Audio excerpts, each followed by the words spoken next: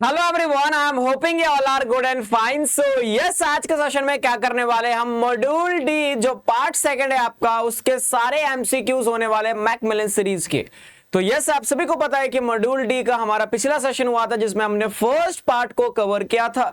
सारे ही बैंकर्स ने पार्टिसिपेट किया था चैट बॉक्स में, और हमारे पास एक बैंकर जिसको हमने नॉमिनेट किया था हमारी मॉड्यूल डी पार्ट 1 की ट्रॉफी। तो मैकमिलन की सीरीज चल रही है, मैकमिलन के क्वेश्चन चल रहे हैं, और आज हम यहां पे मॉड्यूल डी के भी सारे क्वेश्चंस कवर कर लेंगे। लेकिन सर आज थोड़ा यहां पे एक प्रॉब्लम आ सकती है कि हम लाइव चैट बॉक्स में कैसे पार्टिसिपेट करें। सब कुछ बताऊंगा। ये सेशन रिकॉर्डेड सेशन है, तो मैं आपको बता देना चाहता हूं कि किस तरीके से आप पार्टिसिपेट करोगे। आज के सेशन में भी, जैसे आप सभी को हर सेशन में मैं देता हूं, आज के सेशन में भी हमारे पास एक ट्रॉफी है जो आप में से किसी एक बैंकर को दी जाएगी ऑन द बेसिस ऑफ जिनके सबसे ज्यादा करेक्ट आंसर होंगे, जिसके सबसे ज्यादा फास्ट आंसर होंगे।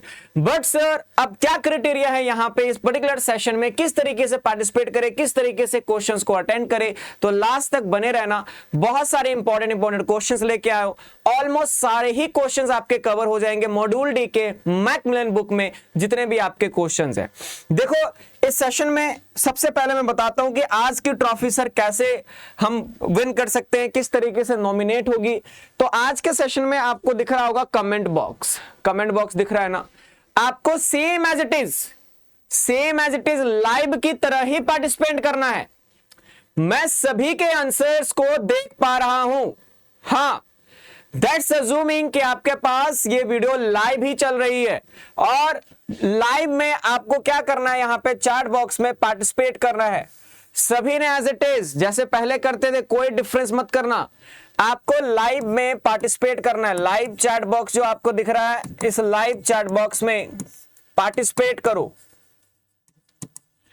एंड उसमें आपको फास्ट कमेंट भी करना पड़ेगा। आज का जो ये हमारे पास विनर होगा, आज का जो भी बैंकर जो विनर होगा वो किस तरीके से होगा, ऑन द बेसिस ऑफ जिसके सबसे ज्यादा करेक्ट आंसर हैं और जिसके सबसे ज्यादा फास्ट आंसर हैं। तो आप सभी को पता ही है कि सर हम एक ट्रॉफी नॉमिनेट करते हैं उन सभी बैंकर्स को as a way of gratitude, as a way of आपके एफर्ट्स के लिए। तो ये ट्रॉफी आज के मॉड्यूल डी पार्ट सेकंड में आपको नॉमिनेट की जाएगी।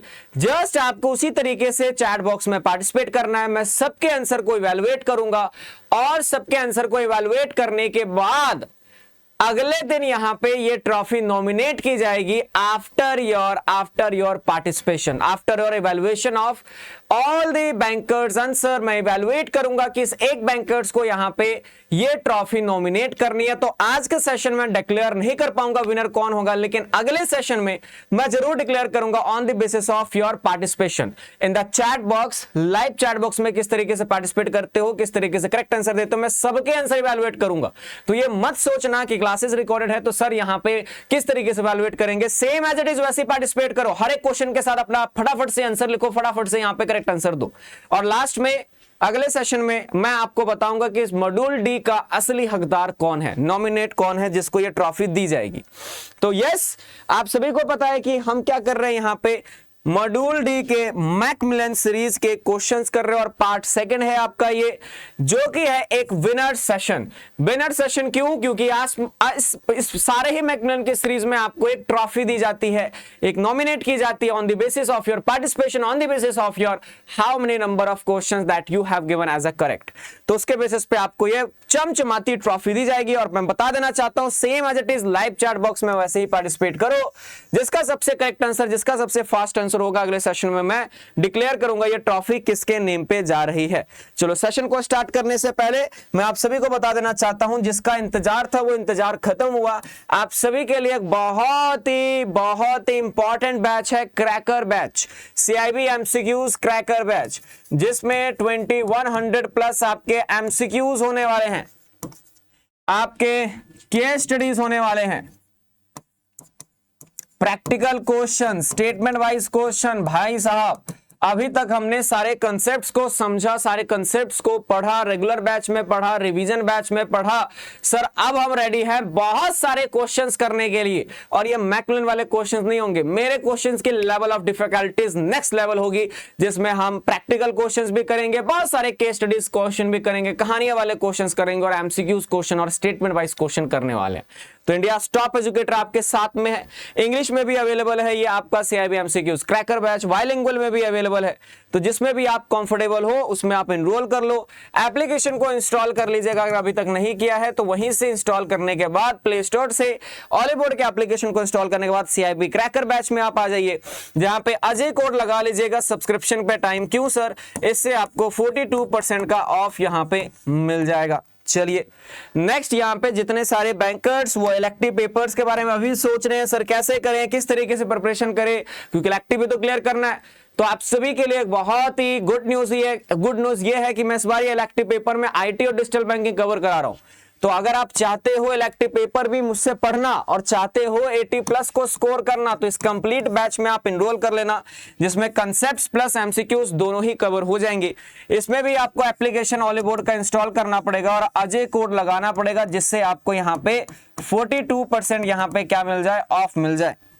चलिए तो फटाफट से वीडियो को लाइक कर दीजिए और अपने फ्रेंड्स के साथ शेयर कर दीजिए, सो दैट एक हेल्दी कंपटीशन यहाँ पे देखने को मिले हमें। सभी बैंकर्स पार्टिसिपेट करें। तो देखो कंपटीशन में पार्टिसिपेट कर रहे हो, ट्रॉफी तभी नॉमिनेट करूंगा जब आपके डेस्क पे कोई भी नोट्स, कोई भी मैकमिलन की बुक, कोई भी किसी भी तरीके का मॉड्यूल D का कंटेंट ना पड़ा हो। तो ईमानदारी से पार्टिसिपेट कीजिए और ये ट्रॉफी के रियल हकदार बनिए। चलिए तो एप्लीकेशन को इंस्टॉल नहीं किया तो कर लीजिएगा फटाफट से, और ये सारे ही क्वेश्चंस की PDF आपको कोर्स वाले टैब में मिल जाएगी। तो कोर्स वाले सेक्शन में जाइएगा, वहां से आप डाउनलोड कर सकते हो। हाउ द जोश, आर यू रेडी बैंकर्स? चलिए स्टार्ट करते हैं आज का ये सेशन, जिसमें आपको ये ट्रॉफी नॉमिनेट की जाएगी एक पर्टिकुलर बैंकर्स को। लेकिन आज हम वो विनर डिक्लेयर नहीं करेंगे, लेकिन वो विनर कब डिक्लेयर होगा, वो अगले सेशन में डिक्लेयर होगा। लेकिन मैं आज के सेशन के सारे आंसर को इवैल्यूएट करूंगा, सारे बैंकर्स के सेशन को आंसर को इवैल्यूएट करूंगा, सबसे फास्ट किसने दिया, सबसे करेक्ट किसने दिया, और उसके बाद यहां पे ये ट्रॉफी आपको नॉमिनेट कर दी जाएगी। ठीक है, हाउ द जोश, are you ready for the questions? तो ये रहा आपके स्क्रीन पे आज का पहला क्वेश्चन। फटाफट से चैट बॉक्स में अपना आंसर लिखना स्टार्ट कर दीजिए। सभी बैंकर्स लिखना स्टार्ट करेंगे। 50 क्वेश्चन तक हमने लास्ट सेशन में कर लिया था, तो अब नेक्स्ट आगे के क्वेश्चंस हम करेंगे। क्वेश्चन है आपका, equity shares are the goods within the meaning of sale of goods act. क्या स्टेटमेंट से आप एग्री कर रहे हो, हाँ या ना? जल्दी से बताइए चैट बॉक्स में क्या लग रहा है आपको। हाँ जी, फटाफट से पार्टिसिपेट कीजिए।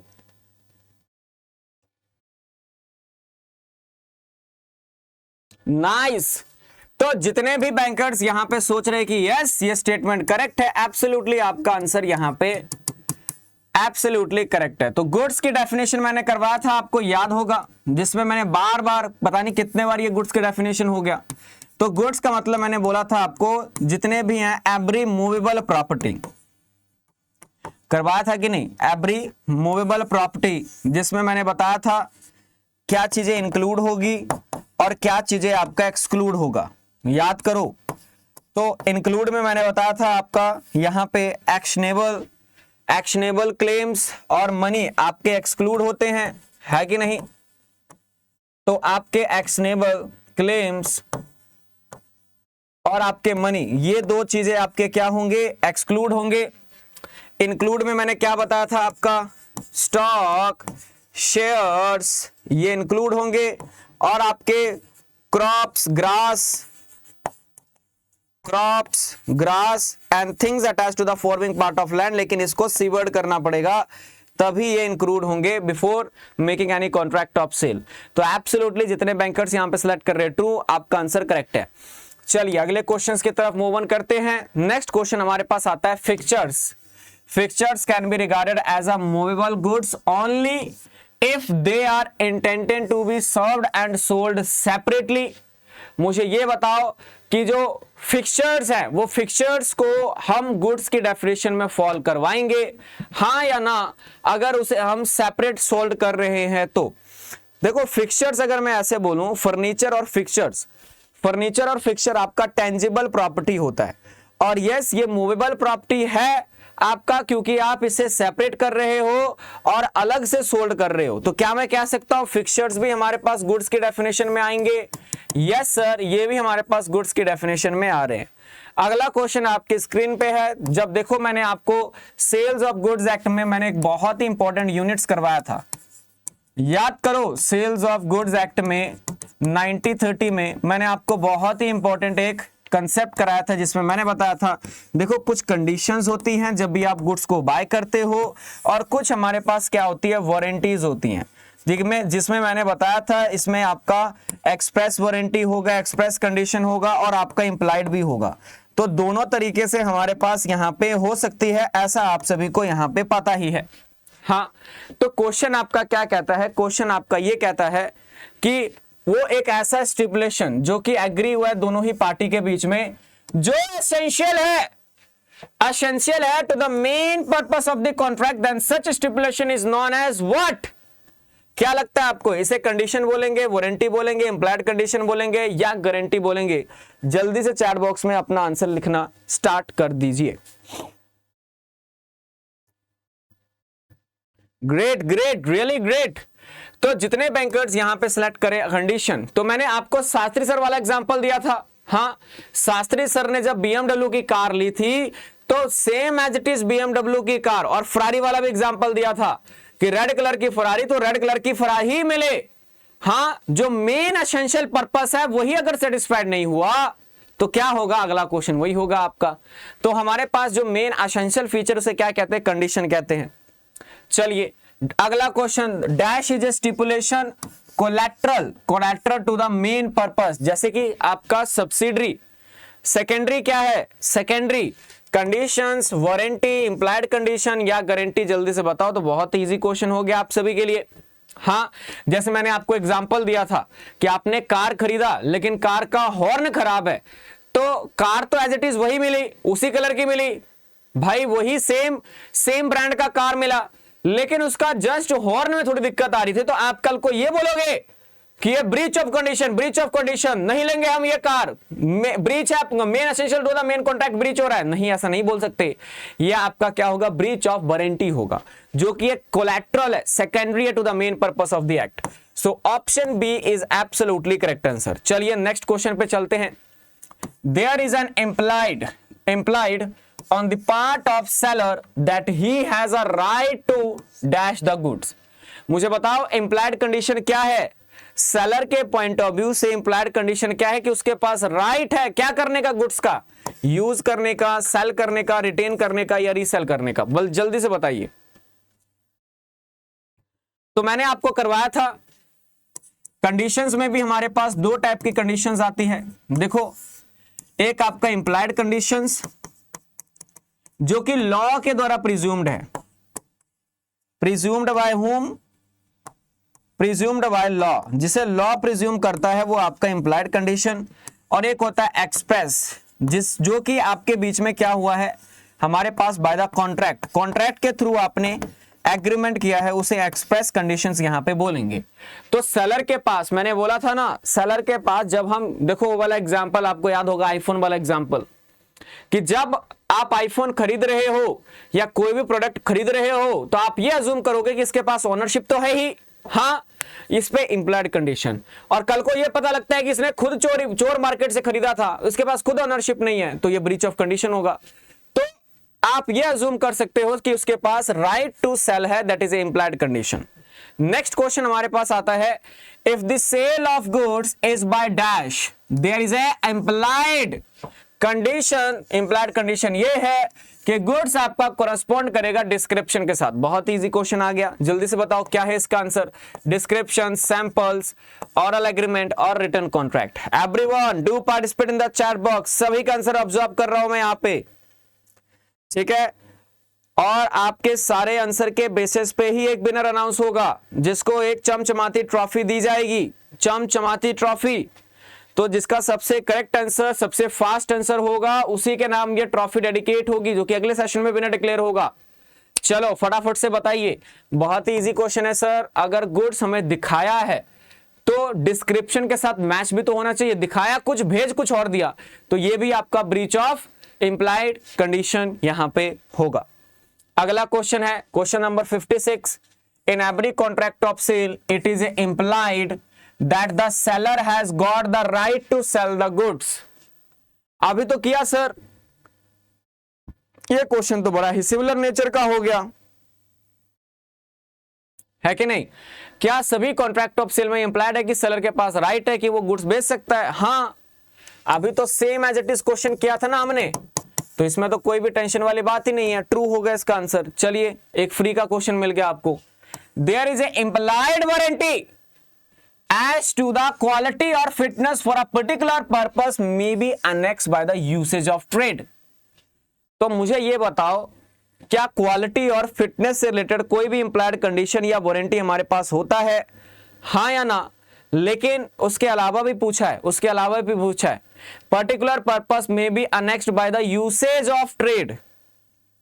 देखो मैंने आपको क्या करवाया था, वैसे क्वालिटी और फिटनेस से रिलेटेड, क्वालिटी और जो फिटनेस से रिलेटेड हमारे पास है, इसके लिए ना तो कोई कंडीशन है, नो कंडीशन, और ना ही कोई वारंटी है।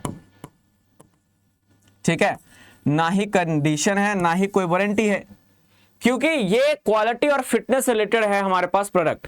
इसमें कंसेप्ट लग जाता है let the buyer beware. जब भी आप गुड्स खरीदो तो कॉशियस होके खरीदो, अपने कान आंख सब कुछ खोल के खरीदो। बाद में ये मत ब्लेम करना कि भाई सेलर ने खराब गुड्स दे दिए। लेकिन मैंने भी इस एक्सेप्शन में बताया था कि अगर आपने गुड्स यहां पे किसी ब्रांड के नेम पे लिया है, under the usage of trade के नेम पे लिया है, या फिर आपने यहां पे सेलर के स्किल और जजमेंट पे डिपेंड होकर लिया है, तब यस आपके पास इंप्लाइड कंडीशन होगा। तो क्या हम कह सकते हैं कि इंप्लाइड वारंटी है हमारे पास? इंप्लाइड वारंटी है क्वालिटी और फिटनेस पर्पस के लिए, अगर वो यूसेज ऑफ ट्रेड में अनेक्स है, यस सर, तब वो हमारे पास माना जाएगा, अदरवाइज नहीं होगा। ठीक है, तो इसके कुछ एक्सेप्शंस थे, वो एक्सेप्शंस पे भी क्वेश्चन बन सकते हैं। मैं लिख देता हूं, आप अगर आप डिपेंड हो on what, depend on seller skill and judgement, जरूरी नहीं इस पे क्वेश्चन है, इस पे भी आ सकता है ना। दूसरा क्वेश्चन हमारे पास क्या होगा, सेकंड क्वेश्चन आपका बन सकता है यहां पे, अगर ट्रेड यूसेज है, यूसेज ऑफ ट्रेड है, usage of what, usage of trade है, तो वहां पे भी इंप्लाइड वारंटी अप्लाई कर जाएगा। और अगर आपने यहां पे हमारे पास किसी ब्रांड के अंदर में परचेज किया है गुड्स, तो उस पे भी आपका इंप्लाइड वारंटी हमारे पास होगा। अगला क्वेश्चन आपकी स्क्रीन पे ये रहा, जल्दी से चैट बॉक्स में बताइए क्या होगा इसका answer. The seller of goods is deemed to be unpaid seller when dash has been not paid. तो मुझे ये बताइए, सेलर ऑफ गुड्स को अनपेड कब बोला जाएगा? जब उसे क्या नहीं पे किया गया, प्राइस नहीं पे किया गया, इंटरेस्ट पे नहीं किया गया, डैमेज पे नहीं किया गया, या पेनल्टी पे नहीं किया गया। फटाफट से बताओ चैट बॉक्स में, क्या उसे पे नहीं किया गया, तब उसे यहां पे क्या माना जाएगा? अनपेड सेलर माना जाएगा। तो सभी एस्पिरेंट फटाफट से चैट बॉक्स में मुझे बताइएगा कौन सा ऑप्शन यहां पे करेक्ट है। तो जितने भी एस्पिरेंट यहां पे सिलेक्ट कर रहे हैं price is the absolutely correct answer. मैंने आपको बताया था प्राइस अगर पे नहीं होगा तब वो अनपेड सेलर बनेगा। समझ में आया? तो बहुत इंपॉर्टेंट क्वेश्चन है ये, इजी है लेकिन एग्जाम में आ सकता है। चलिए नेक्स्ट क्वेश्चन आता है हमारे पास, there is a no dash as to the quality और fitness of goods for any particular purpose. देखो ये क्वेश्चन तो मैंने करवा ही दिया आपको। There is no implied warranty, ये इंप्लाइड वारंटी है आपका, और इंप्लाइड कंडीशंस दोनों ही होगा ना। हाँ, इंप्लाइड कंडीशन और वारंटी दोनों ही नहीं है ना हमारे पास। किसके ऊपर? अगर गुड्स क्वालिटी और फिटनेस से रिलेटेड नहीं है, लेकिन हमारे पास यहाँ पे इंप्लाइड वारंटी आ रहा है और इंप्लाइड कंडीशंस आ रहे हैं। तो basically there is no implied, आप डैमेज क्लेम करोगे ना, सबसे परफेक्ट हमारे पास क्या है, आपको अगर गलत गुड्स भेज दिया तो गलत गुड्स भेजने के कारण हमारे पास वो गुड्स खराब है, तो उसमें कॉन्ट्रैक्ट भी ब्रीच हो सकता है और आपका डैमेज भी रिकवर हो सकता है। तो कायदे से इंप्लाइड वारंटी तो नहीं कह सकते, इसमें आ जाएगा हमारे पास बोथ ए एंड बी। दोनों ही आपका यहां पे आएगा, ठीक है। There is no implied condition और warranty for the related to quality और फिटनेस ऑफ गुड्स, जिसमें एक्सेप्शन वाला पार्ट भी था हमारे पास। नेक्स्ट क्वेश्चन आता है question number 60, when the dash is in possession of goods a lien can be exercise. मुझे चैट बॉक्स में बताइए कब डैश जब किसके पास पोजेशन होगी गुड्स की, तो लियन को क्रिएट किया जा सकता है, एक्सरसाइज किया जा सकता है। बताओ, सेलर के पास अगर गुड्स की पोजीशन होगी तब, बायर के पास होगी, एजेंट ऑफ द बायर के पास होगी, या कैरियर के पास होगा, ट्रांसपोर्ट एजेंसी के पास होगा। बताओ फटाफट से कौन सा ऑप्शन यहां पे करेक्ट है। याद करो, मैंने आप लोगों को बताया था आपको कि सेलर लियन क्रिएट कर सकता है अगर उसके पोजीशन में गुड्स है और वो अनपेड सेलर बन गया तो। करवाया था ना, याद करो, रिवीजन भी हो जाएगी। देखो, अगर मैं बोलूं अनपेड सेलर, तो अनपेड सेलर के पास कुछ राइट्स थे, जैसे कि राइट ऑफ लियन,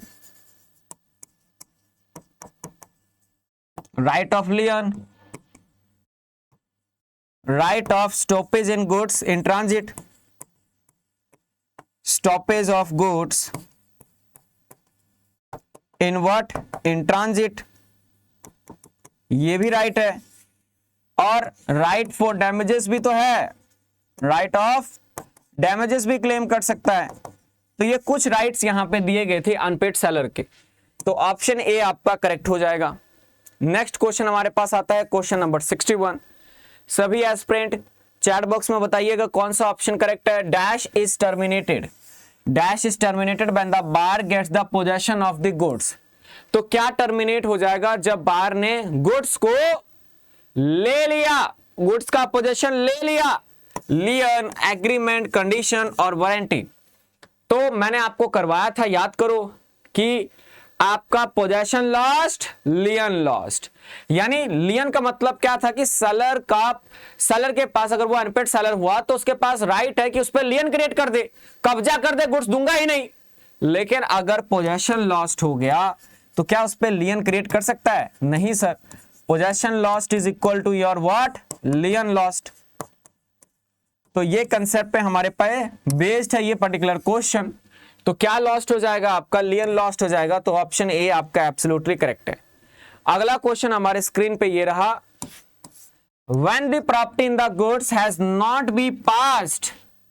कब गुड्स की प्रॉपर्टी पास नहीं होगी बायर के पास, एंड द बायर, और मान लो कि बायर इंसॉल्वेंट हो गया। अगर ओनरशिप बायर के पास ट्रांसफर नहीं हुई और बायर आपका इंसॉल्वेंट हो गया प्राइस को पे किए बिना, तो सेलर यहां पे विदहोल्ड कर सकता है डिलीवरी ऑफ गुड्स को। क्या लगता है आपको? इस स्टेटमेंट से एग्री करते हो कि नहीं? हाँ सर, अभी तो हमने क्या देखा, अभी तो हमने राइट्स देखे अनपेड सेलर की। तो जब अनपेड सेलर के हमने राइट्स देखे तो एब्सोल्युटली सर, एब्सोल्युटली करेक्ट है ये आंसर। तो जितने भी बैंकर्स यहां पे सिलेक्ट कर रहे हैं option A, that is A true is the correct answer. Next question आपके स्क्रीन पे ये रहा, क्वेश्चन नंबर 63। सभी पार्टिसिपेट करोगे, कोई भी ऐसा बैंकर्स ना हो जो पार्टिसिपेट ना करे। A seller who has accepted a negotiable security as an absolute payment is no longer the unpaid seller।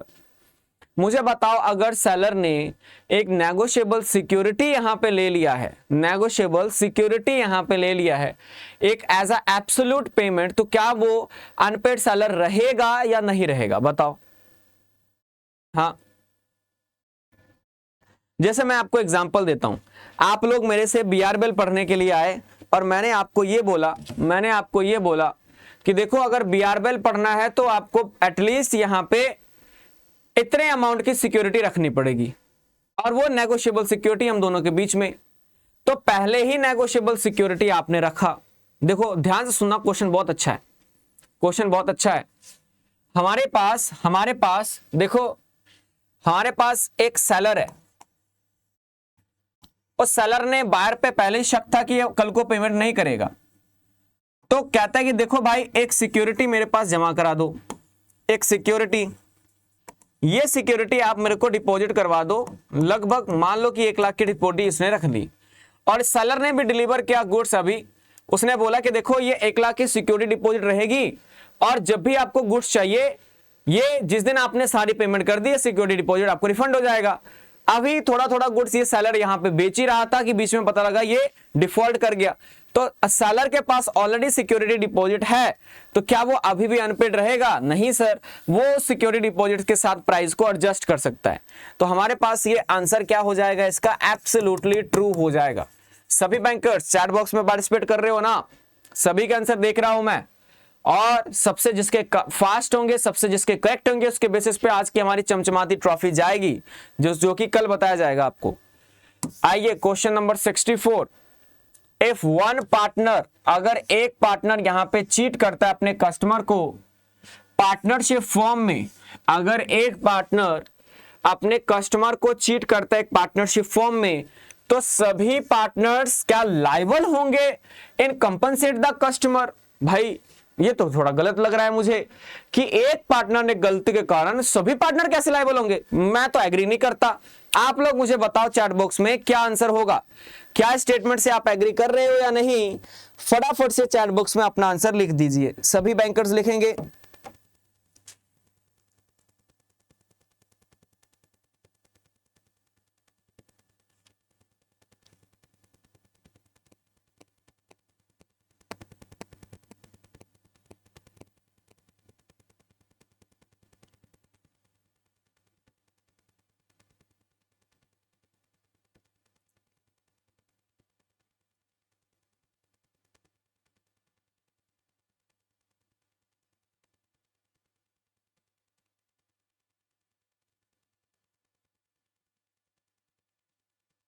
जल्दी से बताइए।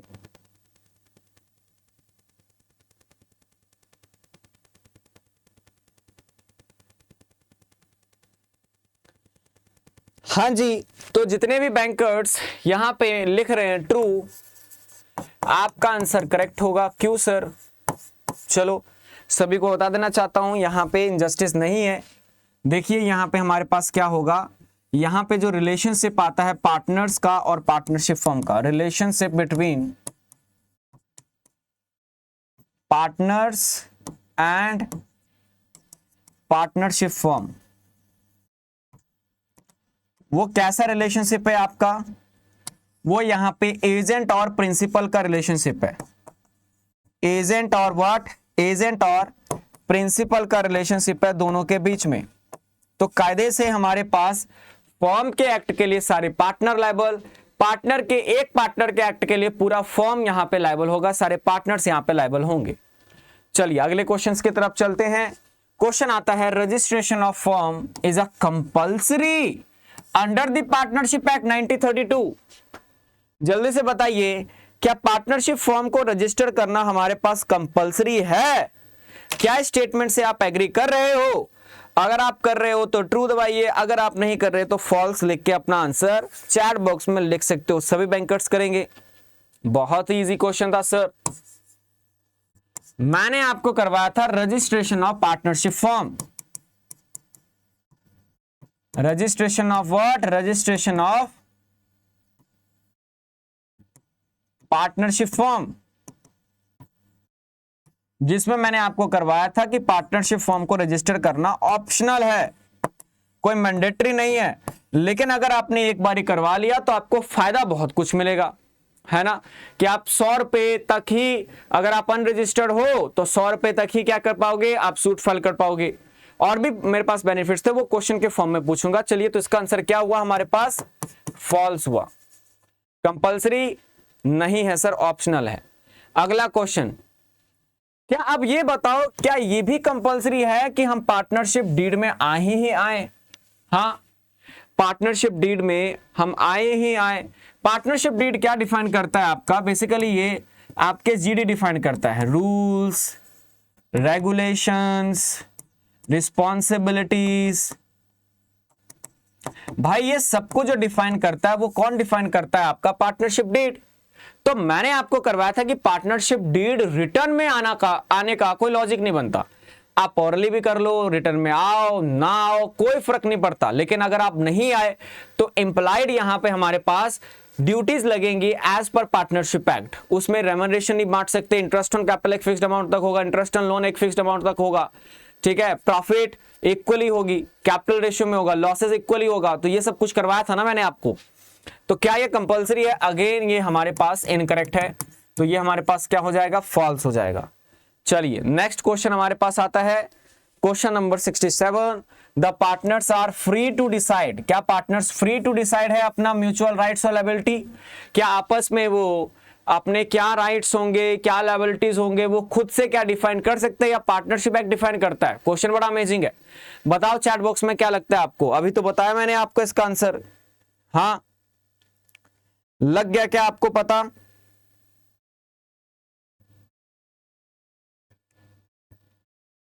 क्या बात है, क्या बात है, आप सभी के आंसर आ गए यहां पे हमारे पास। ट्रू, अभी तो बताया मैंने। नेक्स्ट क्वेश्चन हमारे पास आता है, क्वेश्चन नंबर 68।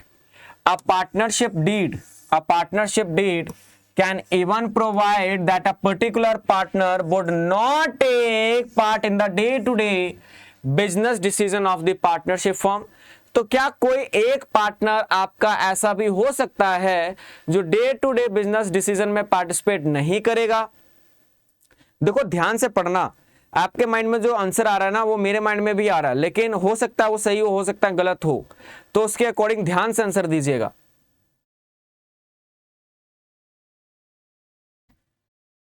हाँ जी, तो क्या आंसर होगा? Partnership deed can provide that a particular partner would not part in the day to day business of the partnership firm.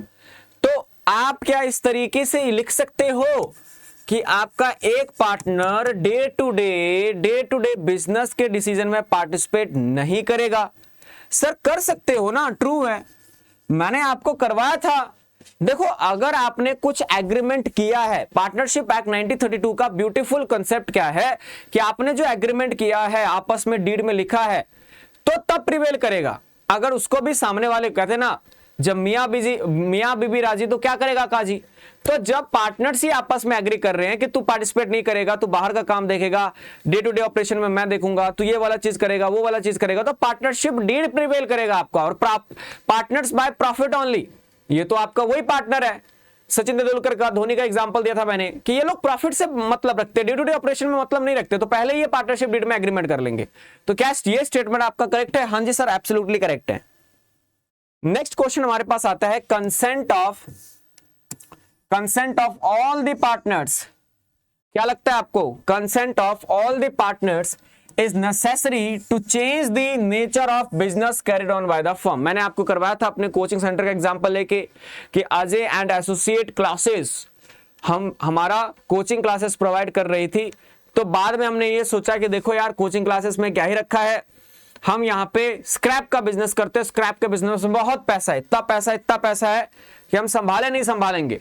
तो यहां पे क्या हुआ था, अब यहां पे मैंने बताया था कि जब मैं ये डिसीजन ले रहा हूं तो मेरे अकेले डिसीजन से नहीं होगा, मेरे पार्टनरशिप फॉर्म में जितने भी पार्टनर्स हैं सबका कंसेंट चाहिए तभी हो पाएगा। याद आया आपको?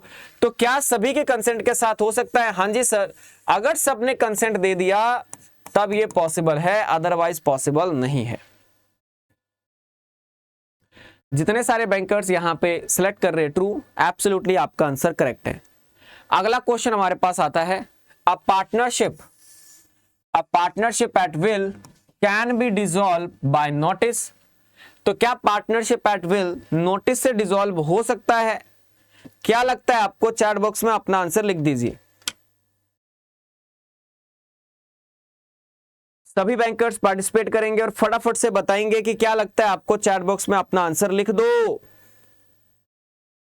देखो मैंने आपको पार्टनरशिप के कुछ टाइप्स करवाए थे, मैं तीनों रिवाइज करवा देता हूं। पार्टनरशिप में मैंने आपको कुछ टाइप्स करवाए थे, जिसमें सबसे पहला टाइप्स हमारे पास था partnership at will, partnership at will. दूसरा मैंने करवाया था partnership for fixed period, partnership for what? Fixed period मैंने करवाया था आपको। मैंने करवाया था पर्टिकुलर पार्टनरशिप, ज्वाइंट वेंचर वाला। तीनों का एग्जांपल मैंने अमेजिंग तरीके से दिया था, अगर आपको याद हो क्रैश बैच में भी करवाया था, रेगुलर बैच में तो ऑब्वियसली हुआ ही था। तो पार्टनरशिप एट विल में हम लंबे टाइम तक चला रहे पार्टनरशिप को, तो कभी भी डिसॉल्व हो सकता है, जस्ट एक नोटिस की रिक्वायरमेंट है। पर्टिकुलर फिक्स्ड पीरियड के लिए मैंने आपको करवाया था, केस स्टडी करवाया था, अगर याद होगा तो। वो केस स्टडी मैंने बोला था कि आपसे पूछा जा सकता है, क्रैकर बैच में मैं पूछूंगा। पार्टनरशिप फॉर फिक्स्ड पीरियड में मैंने क्या करवाया था कि अगर हम एसएससी वाले में हम यहाँ पे एंटर कर रहे हैं तो एक 6 महीने का हम कोचिंग सेंटर करेंगे, उसके बाद हम कुछ और करने लगेंगे, क्योंकि अभी गवर्नमेंट की नोटिफिकेशन आई थी। लेकिन मैंने आपको इसमें एक्सेप्शन करवाया था कि क्या आपका वो फिक्स्ड पीरियड एक्सपायर हो गया, उसके बाद भी आप पार्टनरशिप फॉर्म को कंटिन्यू कर रहे हो तो वैलिड रहेगा कि नहीं रहेगा? हाँ जी, वैलिड रहेगा। वो फिर पार्टनरशिप जो फिक्स्ड पीरियड है, अगर फिक्स्ड पीरियड एक्सपायर हुआ, फिक्स्ड पीरियड एक्सपायर हुआ, तो मैंने आपको करवाया था कि फिक्स्ड पीरियड एक्सपायर होने के बाद वो पार्टनरशिप आपका पार्टनरशिप एट विल बन जाएगा। और पर्टिकुलर पार्टनरशिप आपका एक ऐसा पार्टनरशिप जो कि एक स्पेसिफिक पर्पस के लिए आपने क्रिएट किया है, और वो पर्पस जैसे कंप्लीट हुआ आप यहां पे उसे डिसॉल्व कर दोगे। तो क्या इस स्टेटमेंट से आप एग्री कर रहे हो? हाँ जी सर, बिल्कुल कर रहे हैं, ट्रू आएगा। चलो, आप सभी को क्वेश्चंस एंजॉय कर रहे होंगे, सारे कंसेप्ट्स मॉड्यूल डी के रिवाइज हो रहे हैं ना, और आप चाहते हो फर्स्ट अटेम्प्ट में सीआईबी जुलाई 24 में सारे ही पेपर्स एक बार में आप निकालो, आईटी और डिजिटल बैंकिंग के भी अगर मेले सेलेक्टिव कर रहे हो, और बाकी सारे जो भी आपके इलेक्टिव पेपर हो, तो ऑलीबोर्ड एक ऐसा प्लेटफॉर्म है जो आपका श्योर करता है 100% सक्सेस रेट, जहां पे इंडिया के टॉप एजुकेटर्स आपके साथ में हैं।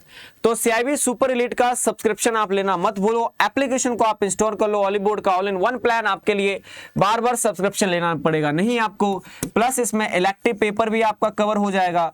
इस बैच में आप एनरोल कर लीजिए, सीआईबी सुपर एलीट का सब्सक्रिप्शन ले लीजिए, बार बार लेने की रिक्वायरमेंट नहीं, आज ही कोड लगा लीजिएगा, जिससे आपको 42% का क्या मिल जाएगा, ऑफ यहां पे मिल जाएगा। चलिए आगे बढ़ते हैं। यहां पे नेक्स्ट क्वेश्चन आता है हमारे पास, a limited liability partnership form can be constituted as per the provision of partnership act 1932। मुझे ये बताओ कि limited liability partnership form LLP पूछा जा रहा है आपको, क्या उसे कॉन्स्टिट्यूट किया गया है as per what? As per partnership act 1932। जल्दी से बताओ, बहुत इजी क्वेश्चन है ये भी। हाँ जी बताइए।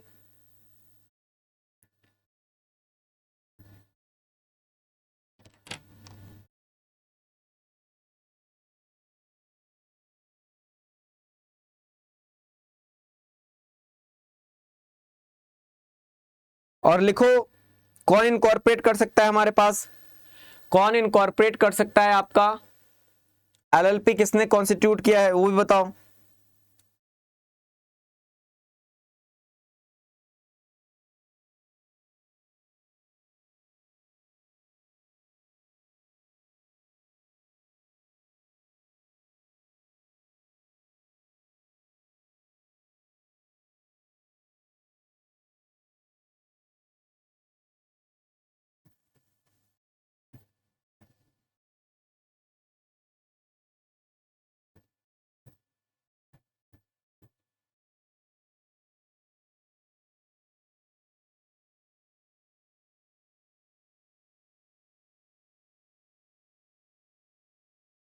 चलिए स्टार्ट करते हैं, 1 मिनट दीजिएगा, इंपॉर्टेंट है।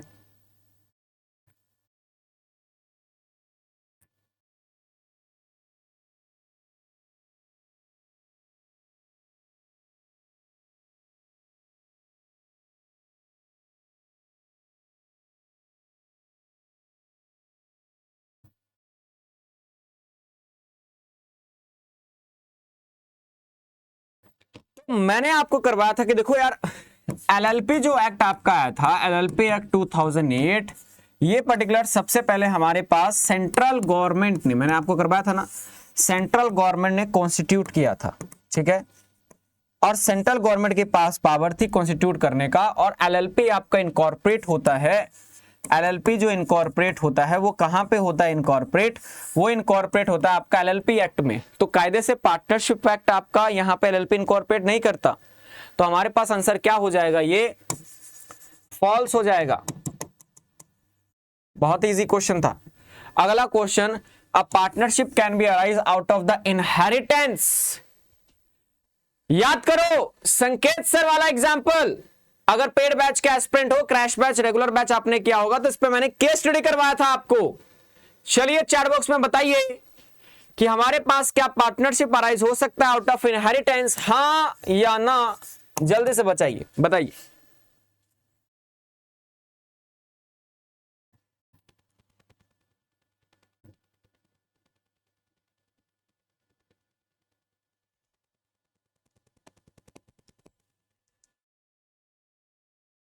सो हमारे पास क्या होगा, मैंने आपको करवाया था कि HUF, हिंदू अनडिवाइडेड फैमिली। देखो हिंदू अनडिवाइडेड फैमिली करवाया था ना मैंने आपको। HUF हमारे पास, उसके पास राइट है। देखो पार्टनरशिप फॉर्म के अंदर में अगर आप सेपरेटली अपने फैमिली मेंबर्स को क्रिएट करके पार्टनरशिप फॉर्म यहां पे क्रिएट करते हो तब तो हम माने भी माने, लेकिन अगर आपके फैमिली मेंबर्स कोई बिजनेस कर रहे हैं तो वो हिंदू अनडिवाइडेड फैमिली में आता है, वो पार्टनरशिप फॉर्म में नहीं आता, तो ये फॉल्स हो जाएगा, जिसपे मैंने एक केस स्टडी भी आप लोगों को करवाया था। समझ में आया? अगला question, the contract of partnership can be express और इंप्लाइड। क्या पार्टनरशिप आपका एक्सप्रेस और इंप्लाइड हो सकता है? सर ये क्वेश्चन तो बहुत इजी है, हाँ है कि नहीं? हाँ ये क्वेश्चन इजी तो है, लेकिन मैं आपको बताना चाहता हूं, लेकिन मैं ऐसे इजी क्वेश्चंस नहीं पूछता। ये मैकमिलन सीरीज चल रही है और मैकमिलन के क्वेश्चंस है, दैट्स व्हाई द रीजन मैं आपको करवा रहा हूं। अदरवाइज क्रैकर बैच में आपको पता लगेंगे लेवल ऑफ क्वेश्चंस। अभी तो मैंने कितने बार डिस्कशन कर दिया, पार्टनरशिप आपका एक्सप्रेस हो सकता है, इंप्लाइड हो सकता है, हाँ हो सकता है, यस ये स्टेटमेंट एब्सोल्युटली करेक्ट है। तो हमारे पास ये क्या हुआ, ट्रू हुआ। नेक्स्ट आता है every partner has a right to receive the remunerations. क्या सभी पार्टनर्स के पास राइट है कि वो रेम्यूनरेशन रिसीव करेंगे ही करेंगे? अमृता मैम का एग्जांपल। तो ये जो मैंने कहानियों का फॉर्म में आपको कराया ना, वो सारे क्वेश्चन के साथ साथ आपको रिकॉल हो रहे। मजा आ रहा है कि नहीं?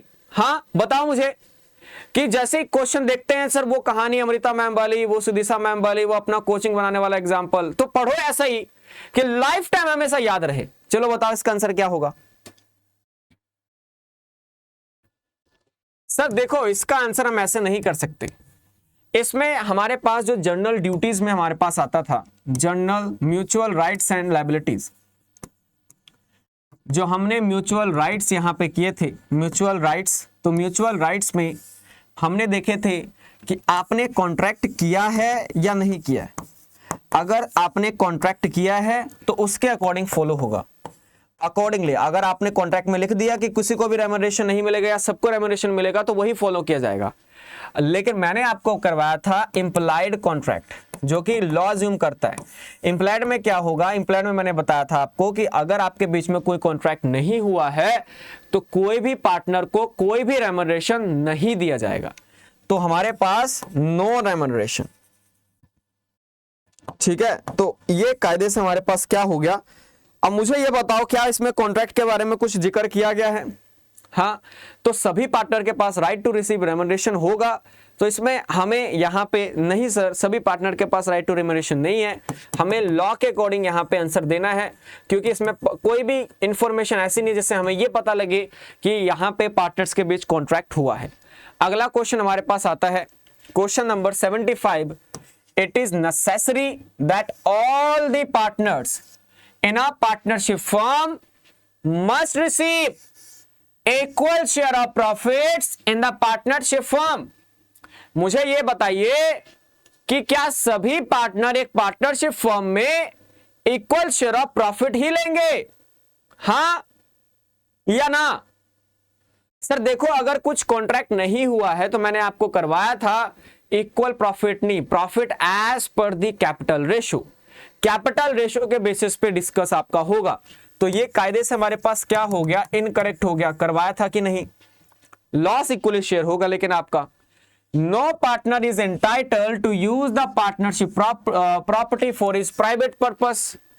मुझे ये बताइए अगर पार्टनरशिप फर्म ने कोई एक प्रॉपर्टी एक्वायर किया है तो क्या वो कोई पार्टनर उसे पर्सनल प्रॉपर्टी के लिए यूज कर सकता है? मुझे तो लग रहा है हाँ, क्योंकि भाई दोनों तो सिमिलर ही है।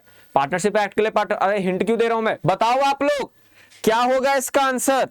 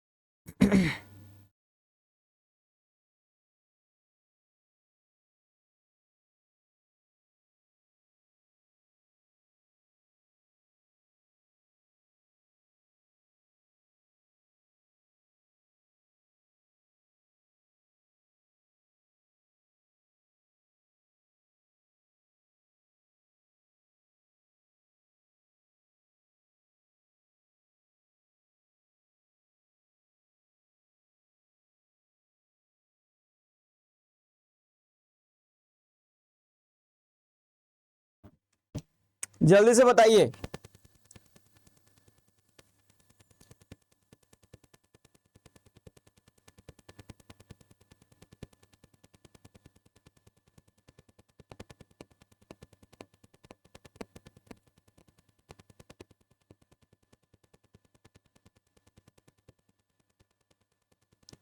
हाँ जी, तो मैंने आपको करवाया था कि भाई पर्सनल प्रॉपर्टी आप यूज नहीं कर सकते।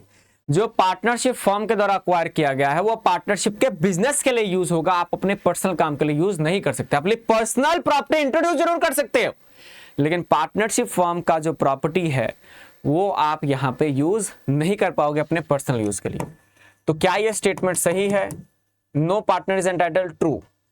नेक्स्ट क्वेश्चन आता है question number 77। A single partner can be authorized to carry on a business and sign the document on behalf of the firm। तो क्या एक सिंगल पार्टनर के पास राइट है कि वो बिजनेस को कर सकता है, साइन कर सकता है डॉक्यूमेंट्स को on behalf of the firm? क्या लगता है आपको? चैट बॉक्स में अपना आंसर बताइए। सारे ही बैंकर्स पार्टिसिपेट करेंगे, जैसा भी आपको लग रहा है उसके अकॉर्डिंगली चैट बॉक्स में बताइए क्या होगा हमारे पास आंसर।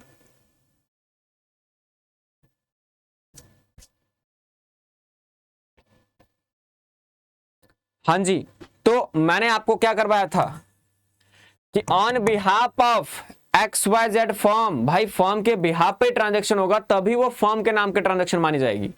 तो यस, ये स्टेटमेंट एब्सोल्युटली करेक्ट है। अगला क्वेश्चन हमारे पास, every partner is liable jointly with all other partners and also severally for all the firm done while he is a partner. तो मुझे बताओ, क्या सभी पार्टनर लायबल होंगे ज्वाइंटली और सभी all other partners and the severally for all the act of the firm? तो भाई ये तो हमारे पास वही हो गया ना। हाँ, मुझे ये बताओ, ये तो बात वही हुई, ये तो अभी किया था हमारे पास एजेंसी वाला रिलेशनशिप, ट्रू है हमारे पास ये। अगला क्वेश्चन हमारे पास आता है question number 79। Misapplication means what? Taking the property और money from a third party and using it for the purpose which taken in the interest of partnership firm. क्या लगता है आपको? मिस एप्लीकेशन का मतलब होता है प्रॉपर्टी को लेना और मनी को लेना किसी थर्ड पार्टी से और उसको यूज कर लेना जो कि पार्टनरशिप फर्म के इंटरेस्ट के लिए है। बताओ क्या लगता है आपको? क्या स्टेटमेंट से एग्री कर रहे हो या नहीं?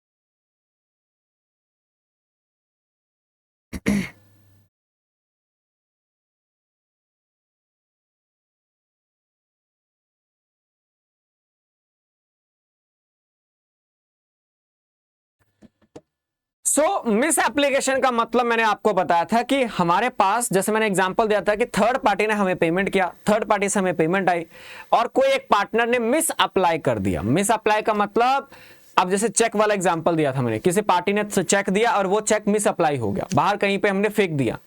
तो हमारे पास क्वेश्चन आता है कि मिस एप्लीकेशन का मतलब प्रॉपर्टी को लेना और money from the third party और यूज करना उस पर्पस के लिए which was taken in the interest of partnership form नहीं, इंटरेस्ट ऑफ पार्टनरशिप फॉर्म में कैसे मिस अप्लाई होगा? हाँ, miss apply interest of partnership में कैसे होगा? हमारे पास चेक आया और चेक वो गुम गया, या कोई एक पार्टनर आया, वो पार्टनर ने सारे कैश रख लिए, तो वो अपने पर्सनल बेनिफिट करने के लिए किया था, पार्टनरशिप के फॉर्म के इंटरेस्ट के लिए नहीं था वो। तो एब्सोल्युटली हमारे पास इनकरेक्ट स्टेटमेंट है। अगला question, question number 80, important question, mark कर लो, एग्जामिनेशन में आ सकता है आपका, आ सकता है ना? हाँ, when a person who is not at all a partner, जब एक पर्सन जो कि आपका पार्टनर नहीं है किसी भी फर्म में, और वो रिप्रेजेंट कर रहा है खुद को, जानते हुए भी अलाउ कर रहा है कि वो पार्टनर है पार्टनरशिप फर्म में, और इसके कारण सामने वाली पार्टी इंड्यूस होकर उसको लोन दे देती है या क्रेडिट दे देती है, तो ऐसे डॉक्ट्राइन को क्या बोलेंगे? Doctrine of outsourcing, doctrine of holding on, doctrine of holding out, doctrine of holding to. बताइए चार बॉक्स में क्या लगता है आपको, कौन सा आंसर होगा?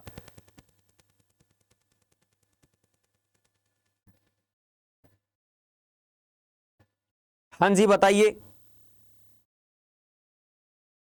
तो जितने भी बैंकर्स वो रिकॉल कर पा रहे हो, वो मिलेंट सर वाला एग्जांपल, वो हमारे कोचिंग सेंटर वाला एग्जांपल, ओ हो, तो एब्सोल्युटली आपको इसका आंसर पता लग गया होगा। Doctrine of holding out is the absolutely correct answer. Next हमारे पास क्वेश्चंस आ रहे हैं। अब एक स्क्रीन पे आपको तीन तीन क्वेश्चन दिखेंगे, तो हरी मत कीजिएगा। जो पहले क्वेश्चन पूछ रहा हूं उसका आंसर दीजिए, दूसरे पे जाऊंगा दूसरा का आंसर दीजिएगा, तीसरे पे जाऊंगा तीसरे का आंसर दीजिएगा। एक स्लाइड पे तीन क्वेश्चन दिख रहे हैं, लेकिन आंसर उसी तरीके से कीजिए। चलिए,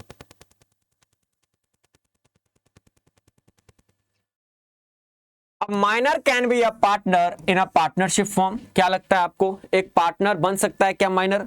हाँ जल्दी, क्विक फायर में इसका आंसर दीजिए। मैंने आपको करवाया था, नहीं सर, माइनर हमारे पास जो होगा उसको एडमिट किया जा सकता है पार्टनरशिप फॉर्म में, लेकिन वो पार्टनर नहीं बन सकता। उसको क्या कर सकते हैं? Admitted to the benefits of partnership.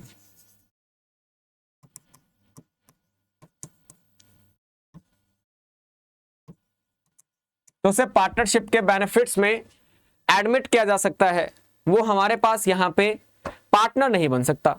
अगला क्वेश्चन आपके पास आता है, question number 82, a minor can be admitted to the benefits of partnership form. ओहो, ये तो ऊपर ही लिख दिया मैंने आंसर। यस, इसका आंसर तो ऑलरेडी आपको मैंने दे दिया, कोई बात नहीं। चलो अगले क्वेश्चन का आंसर बताओ। Question number 83, a minor is a personally liable like other partner to pay the debt of firm. क्या लगता है आपको? अरे नहीं सर, पूरा डिटेल में हमने ये प्रोविजन किया हुआ था, ये तो फॉल्स है। हमारे पास माइनर पर्सनल लायबल नहीं होगा, माइनर उतना ही लायबल होगा जितना उसका इंटरेस्ट है। हाँ, करवाया था ना मैंने आपको, जितना उसका इंटरेस्ट है वो उतना ही लायबल होगा। तो एब्सोल्युटली इनकरेक्ट स्टेटमेंट है। अगला क्वेश्चन आपकी स्क्रीन पे ये रहा, question number 84, a minor who is admitted to the benefits of partnership firm has a choice when he attain the majority whether he want to continue as a partner or not। क्या statement से आप agree कर रहे हो, हाँ या ना? Chat box में अपना आंसर लिखना स्टार्ट कर दीजिए फटाफट से।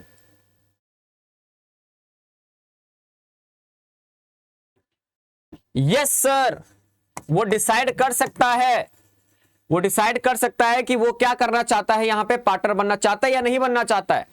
और अगर बनना चाहता है तो वो डिसीजन कितने दिन के अंदर मिलेगा और क्या करना पड़ेगा। चलो अगले क्वेश्चन में देखते हैं।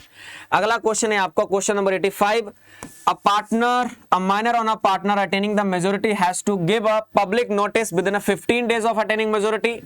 क्या उसे 15 दिन के बाद, 15 दिन के अंदर अंदर ही हमारे पास डिसीजन लेना पड़ेगा और पब्लिक नोटिस देना पड़ेगा? क्या लगता है आपको? हाँ, क्या स्टेटमेंट से आप एग्री कर रहे हो? नहीं सर, ये तो इनकरेक्ट है। मैंने आपको करवाया था ना कि जैसे ही माइनर आपका मेजर बना और जैसे उसको पता लगा और with in 6 month for attaining the majority which ever is earlier, उसको पब्लिक नोटिस देना पड़ेगा कि मैं पार्टनर बनना चाहता हूं या नहीं, मैं मेजर बन चुका हूं। तो ये क्वेश्चन बहुत इंपॉर्टेंट है आपका। तो ऑन अटेनिंग मेजॉरिटी,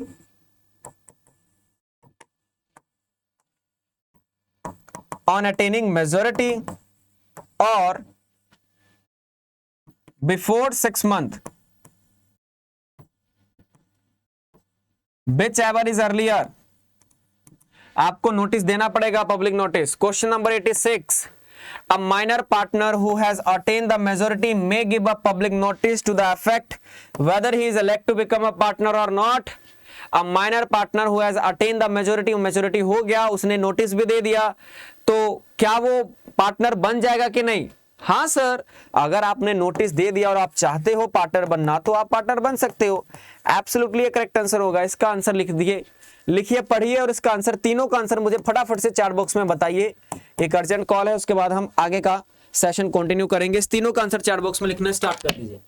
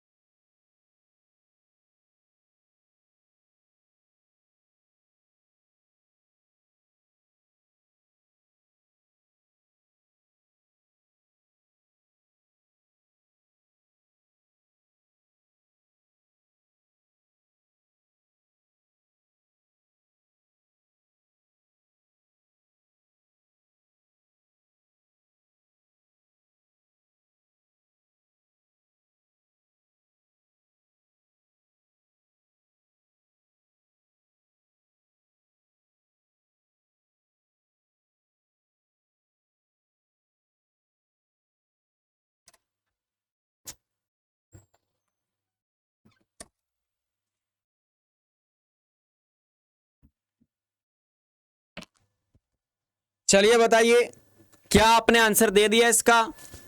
हाँ, तो क्या होगा? Partners can mutually agree and dissolve the firm. Yes, कर सकते हैं। On the death of partner the particular firm is compulsory we dissolve. False. नहीं सर, जरूरी नहीं है कि डिसॉल्व हो। अगर मान लो कि एक पार्टनरशिप फर्म है हमारे पास एबीसी एंड एसोसिएट्स, जिसके अंदर में हमारे पास 10 पार्टनर्स हैं, तो इन 10 में से अगर एक की डेथ हो जाती है, एक के डेथ होने से क्या completely entire partnership firm dissolve हो जाएगा? सर ये तो ना समझिए, absolutely incorrect. A partner of an unregistered firm can file a suit against the other partners to get its share of the profit. क्या अनरजिस्टर्ड पार्टनर, एक partner जो कि अनरजिस्टर्ड फर्म में, बहुत इंपॉर्टेंट क्वेश्चन है ये, इसमें सब मैंने गलती की होगी मुझे उम्मीद है, क्या वो पार्टनर्स के खिलाफ, दूसरे पार्टनर के खिलाफ अपने शेयर ऑफ प्रॉफिट के लिए सूट फाइल कर सकता है? नहीं कर सकता। एब्सोल्युटली फॉल्स, नहीं कर सकता। क्यों सर नहीं कर सकता? क्योंकि मैंने आपको करवाया था, अनरजिस्टर्ड अगर फॉर्म हो तो कुछ डिसएडवांटेज आपके लिए, लिमिटेशंस। आप ना तो अपने पार्टनर्स के खिलाफ सूट फाइल कर सकते हो, ना तो आउटसाइडर के खिलाफ सूट फाइल कर सकते हो, लेकिन आउटसाइडर आपके खिलाफ सूट फाइल कर सकता है। ये सबसे बड़ी डिसएडवांटेज अगर आप एक अनरजिस्टर्ड फॉर्म हो यहां पे। तो नेक्स्ट हमारे पास आता है question number 90। The enforcement of any right to sue for a matter related to the resolution of firm is not be affected and can be brought before the court of law। Chat box में मुझे ये बताओ कि जो enforcement of कोई भी right to sue है for the matter related to dissolve resolution of firm is not affected and क्या उसे brought किया जा सकता है किसी भी कोर्ट ऑफ लॉ में? मुझे ये बताओ जल्दी से। तो ध्यान से पढ़िएगा, for a matter related resolution of firm is not be affected, तो डेजोल्यूशन ऑफ फर्म से रिलेटेड नहीं है, और क्या उसे किसी कोर्ट ऑफ लॉ के पास लेके आ जा सकता है? तो यस, लेके आ जा सकता है। ट्रू है, ये स्टेटमेंट ट्रू है, absolutely. Director are the actual owner of the company. मुझे ये बताओ, क्या डायरेक्टर कंपनी के ओनर्स होंगे? नहीं। जब मैं कंपनी की बात कर रहा हूं तो 2 पर्सन हमारे पास आते हैं, एक आपका होता है डायरेक्टर और सेकंड आपका होता है शेयर होल्डर्स। देखो, शेयर होल्डर्स को यहां पे कंपनी का मालिक बोला जाता है और शेयर होल्डर की जब मैं बात करूं तो दो टाइप के शेयर होल्डर्स होते हैं, एक होते हैं इक्विटी शेयर होल्डर्स और सेकंड आपके होते हैं प्रेफरेंस शेयर होल्डर्स। ये मालिक होते हैं, डायरेक्टर्स तो आपके एजेंट होते हैं, ठीक है, ये रिप्रेजेंट करते हैं, डे टू डे ऑपरेशन का काम करते हैं। तो क्या ये स्टेटमेंट्स आपका इनकरेक्ट है या करेक्ट है? आपका ये स्टेटमेंट एब्सोल्युटली इनकरेक्ट है, फॉल्स है, एक्चुअल आंसर हो ही नहीं सकते। नेक्स्ट क्वेश्चन आपका आता है question number 92, a company has to be compulsory registered under the companies act 2013। तो क्या कंपनीज को कंपल्सरी कंपनीज एक्ट 2013 में ही रजिस्टर्ड होना चाहिए? जल्दी से बताइए चैट बॉक्स में, क्या लगता है आपको? इसमें भी गलती कर सकते हो आप, जरूरी नहीं है कि वो कंपनीज एक्ट 2013 में ही रजिस्टर्ड हो, भाई 1956 में अगर रजिस्टर्ड हो तब भी चलेगा। तो ये भी हमारे पास क्या हो गया, स्टेटमेंट फॉल्स हो गया आपका। चलिए आप सभी को बता देना चाहता हूं, सीआईबी क्रैकर बैच जिस घड़ी की इंतजार थी वो आ चुका है। 4 जून से बैक टू बैक आपकी क्लासेस होगी सीआईबी के चारों ही मैंडेटरी पेपर्स, जिसमें मैं आपका बीआरबीएल करवाऊंगा और जो कमिटमेंट दिया था 80+ का, सारे कंसेप्ट रिवाइज हो चुके हैं, सब कुछ आता है, आप क्वेश्चन पे बैक टू बैक प्रैक्टिस करनी है सर। तो ये फ्रूटफुल बैच है, 4 जून से आपका स्टार्ट हो रहा है, जिसमें 2100 से भी ज्यादा क्वेश्चंस आपके होंगे। तो अभी तक आपने इसमें एनरोल नहीं किया तो एप्लीकेशन को इंस्टॉल कर लो और फटाफट इसमें से आप एनरोल कर लो। जस्ट आपको अजय कोड लगाना है, जिसमें आपको 42% का क्या मिल जाएगा, ऑफ मिल जाएगा। फटाफट से इसमें एनरोल कर लीजिए। नेक्स्ट क्वेश्चन, कुछ और क्वेश्चन कर लेते हैं, अगले 5 मिनट में सेशन को बाइंड अप कर देंगे। आप लोगों का ज्यादा टाइम नहीं लेना चाहता मैं, ठीक है? चलो जल्दी से बताओ। A company can not be enter into contract in its on name. क्या इस स्टेटमेंट से आप एग्री कर रहे हो या नहीं? क्या कंपनी अपने नाम पे कोई कॉन्ट्रैक्ट में एंटर नहीं हो सकती? क्या लग रहा है आपको ये स्टेटमेंट? नहीं सर, ये तो एब्सोल्युटली इनकरेक्ट है, फॉल्स है। कंपनी एक क्या होती है हमारे पास? कंपनी एक होती है separate legal entity, separate legal entity. और कंपनी अपने बिहाफ पे क्या कर सकती है? यहां पे कॉन्ट्रैक्ट में आ भी सकती है और कॉन्ट्रैक्ट कर भी सकती है। तो हमारे पास ये आंसर क्या हो गया? फॉल्स हो गया। अगला क्वेश्चन आता है, if all the members of a company die then the company has to be bound up, that is resolve. ये बहुत ही इंपॉर्टेंट क्वेश्चन है, जुलाई 24 में आएगा ही आएगा ये क्वेश्चन। कहता है कि मान लो कि सब मेंबर्स मर गए, तो क्या कंपनी को बाइंड अप कर देना पड़ेगा? क्योंकि सब मेंबर्स तो मर गए हैं, बताइए। तो मैंने आपको एक लाइन बोला था, वो लाइन शायद आप भूल गए होगे, अगर इसको ट्रू आप सिलेक्ट कर रहे हो तो, मेंबर्स में कम इन, members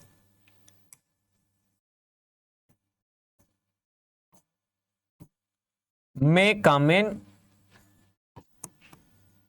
members may go out, members may come in, members may go out, but it doesn't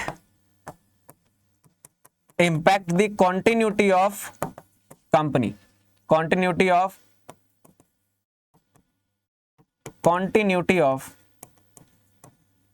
business of company. तो ये करवाया था ये पर्टिकुलर पॉइंट मैंने, तो फॉल्स होगा। Question number 95। नेक्स्ट क्वेश्चन आपकी स्क्रीन पे ये रहा, देखो, a company is a legal person with a perpetual succession. हाँ, ऊपर ही तो करवाया अभी मैंने, एब्सोल्युटली करेक्ट है, ये ट्रू है हमारे पास। अगला क्वेश्चन आपकी स्क्रीन पे ये रहा, क्वेश्चन नंबर 96। लास्ट 5 क्वेश्चंस, 100 ही क्वेश्चन करेंगे आज के सेशन में हम। हाँ, जल्दी से बताओ। In case of a company limited by shares, the creditor of a company can recover the money from the member if the company is not making profit। तो बताइए, क्या कंपनी लिमिटेड बाय शेयर्स में creditor company से recover कर सकता है अगर members के, अगर कंपनी को कोई प्रॉफिट नहीं हो रहा तो क्या वो मेंबर से पैसा रिकवर कर सकते हैं? बहुत ही अच्छा क्वेश्चन है ये। क्या लगता है आपको, इस स्टेटमेंट से आप एग्री कर रहे हो या नहीं? सर एब्सोल्युटली इनकरेक्ट स्टेटमेंट है, मैंने आपको करवाया था, याद कीजिए कि देखो मेंबर्स की लायबिलिटी कितनी होगी? मेंबर्स की लायबिलिटी होगी to the unpaid value of share, unpaid value of share only. यही करवाया था ना मेंबर्स की लायबिलिटी।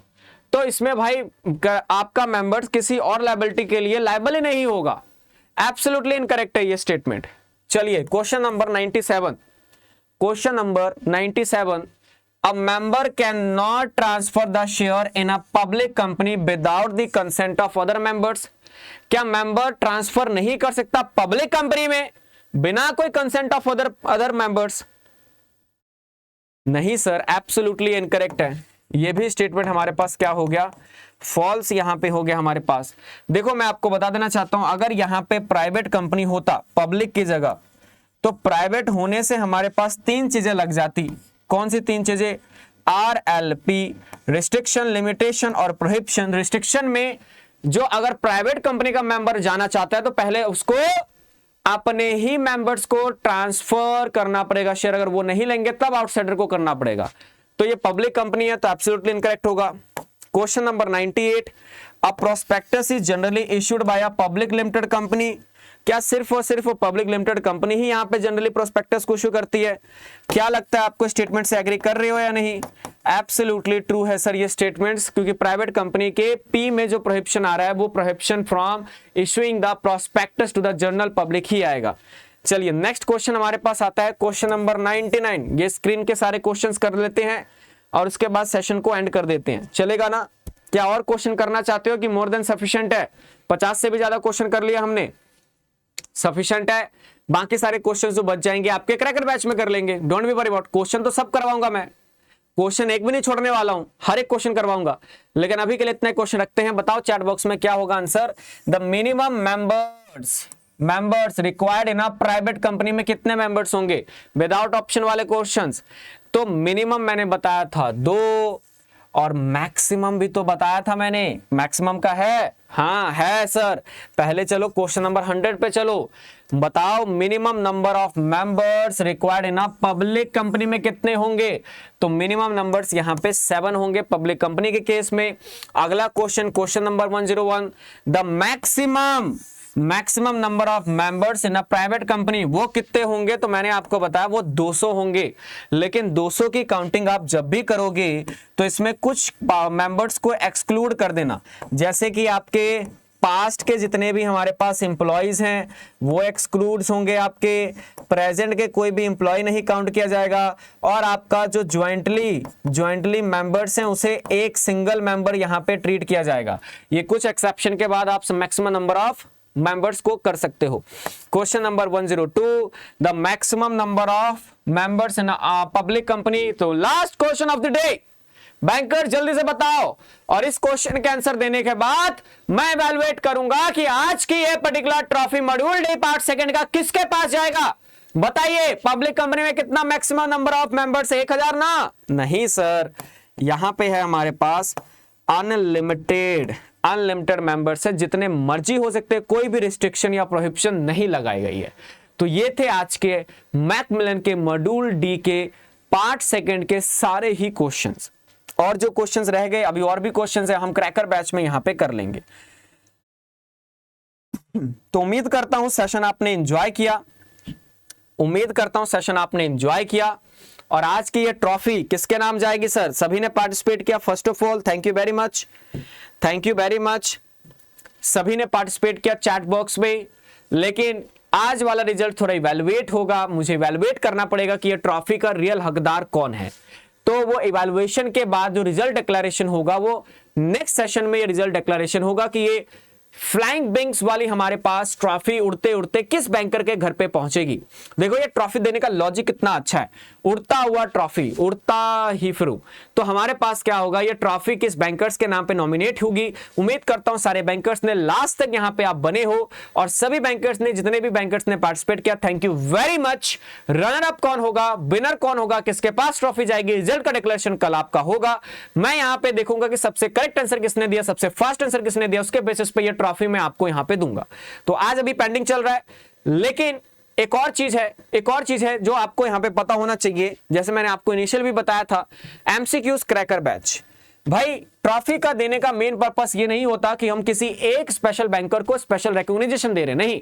इसका मतलब होता है कि हेल्दी कंपटीशन, आप पार्टिसिपेट करो और मेन पर्पस ये होता है कि आप आंसर गलत ही मत दो, सारे आंसर ट्राई करो कि आप यहां पे एक्यूरेट वे में दो, क्योंकि गलत हुआ तो आपकी ट्रॉफी हाथ से चली जाएगी। तो आप उस तरीके से पार्टिसिपेट करते हो अपना समझ के कि कंपटीशन में पार्टिसिपेट करेंगे, मजा आएगा, और वहां पे हम क्या करेंगे, फिर ट्राई करेंगे ट्रॉफी को जीतने के लिए। तो ये ऑब्जेक्टिव होता है आपके कॉन्सेप्ट्स क्लियर करना, आपकी स्पीड को इंप्रूव करना, आपकी एफिशिएंसी को इंप्रूव करना और एग्जामिनेशन के लेवल का प्रिपेयर करवाना। ये ऑब्जेक्टिव होता है ट्रॉफी देने का, ठीक है। So thank you very much सभी का। वीडियो अगर अमेजिंग लगा तो फटाफट से पहले लाइक करो। देखो आप लोग लाइक नहीं करते, मुझे सबसे बड़ा कंसर्न ये रहता है, लाइक क्यों नहीं करते, फटाफट से लाइक कर दीजिए। And CIB MCQs cracker batch जो कि जुलाई 24 में इंडिया टॉप एजुकेटर आपके साथ में है। बहुत सारे क्वेश्चंस हम प्रैक्टिस करेंगे, 2100 से भी ज्यादा हम क्वेश्चंस की प्रैक्टिस करेंगे इस बैच में। अगर आप एनरोल नहीं हो तो अजय कोड लगा लीजिए, जिससे आपको क्या मिल जाएगा, 42% का यहाँ पे ऑफ मिल जाएगा। और आपको बता देना चाहता हूं कि इलेक्टिव पेपर इस बार मैं कवर करा रहा हूं, हाँ जी मैं कवर करा रहा हूं, जिसमें मैं आपको अश्योर करवाता हूं 80+ की जिम्मेदारी मेरी। कंप्लीट बैच है तो क्वेश्चन प्लस आपके MCQs और कंसेप्ट सारे ही कवर होंगे, सारा ही 100% सिलेबस हो रहा है।